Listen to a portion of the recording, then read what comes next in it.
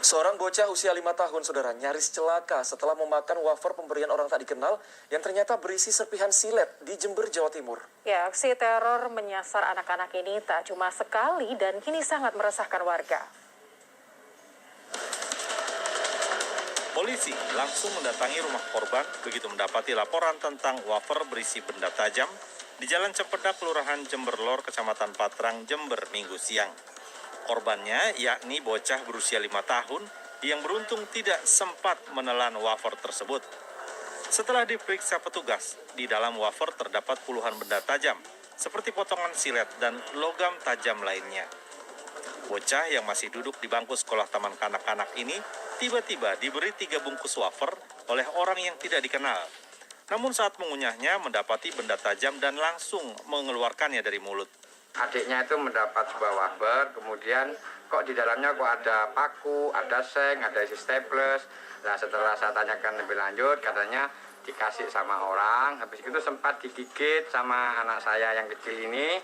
Kemudian kok terasa keras sehingga sama dianya dilepeh. Nah ternyata setelah diteliti lebih lanjut, ketiganya dibuka satu persatu, ternyata dalamnya seperti yang kita lihat sama tadi. Peristiwa tersebut bukan kali pertama.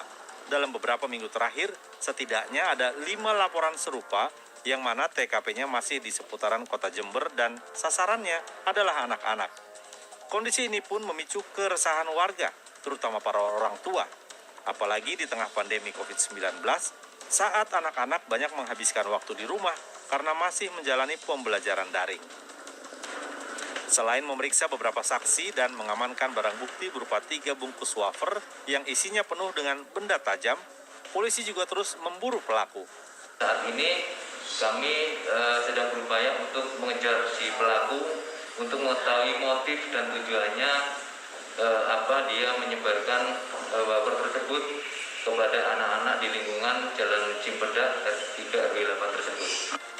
Selain itu, polisi juga mengimbau warga untuk waspada dan terus meningkatkan pengawasan kepada anak-anak saat bermain di luar rumah.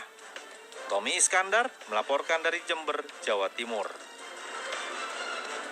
Nah itu tadi ya, untuk orang tua harus jauh lebih waspada, apalagi sekarang anak-anak kan kalau misalnya bermain di luar jangkauan orang tua, kita nggak tahu gitu ya, apakah mereka akan berinteraksi dengan orang lain, orang yang tidak dikenal.